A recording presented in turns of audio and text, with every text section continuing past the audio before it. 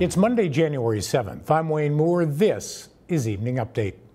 At the top of the news, Kelowna City Councillor Charlie Hodge says he expects to return to the council table within the next 2 weeks. Hodge was admitted to KGH Wednesday night after he lost consciousness. His CO2 count had reached extreme critical levels. In a statement read Monday by Mayor Colin Bazran, Hodge said a battery of tests and life-saving attempts kept him alive. The cause of the illness remains unknown. One person is now confirmed dead from Sunday's crash that forced the closure of Highway 97. RCMP Constable Kelly Brett says the crash involved 3 vehicles. She says Good Samaritans at the scene were administering first aid to those who were injured. However, one woman died as a result of those injuries. The highway was closed for several hours. Police in Summerland are considering criminal charges against a man who is believed to have run over a friend at a New Year's Eve party while allegedly intoxicated. Constable James Grandy says emergency crews responded to the residence on Giants Head Road after 2 a.m. for a woman suffering injuries from being run over by a truck.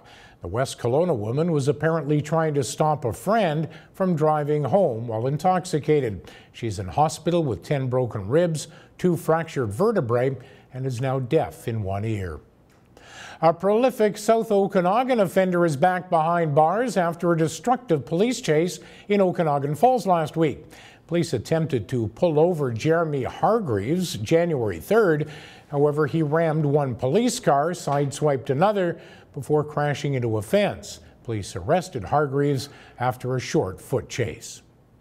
After a relatively mild start to the new year, winter ready to rear its ugly head again. We're going to see just some flurries around today and then clearing tonight with cooler temperatures.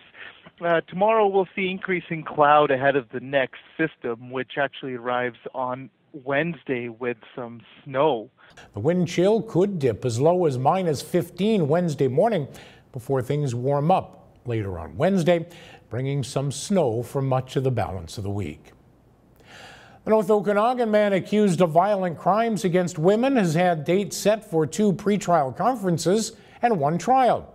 A pretrial conference for Curtis Wayne Sagmoen will be heard on January 24th on charges of assault causing bodily harm and assault with a trial date not yet set. A pretrial conference has also been set for August regarding 8 charges stemming from alleged violence against women. That trial date has been set for September. A defense lawyer for a man charged with murdering a 12-year-old girl near Merritt says his client lied when he confessed to the crime during a so-called Mr. Big operation.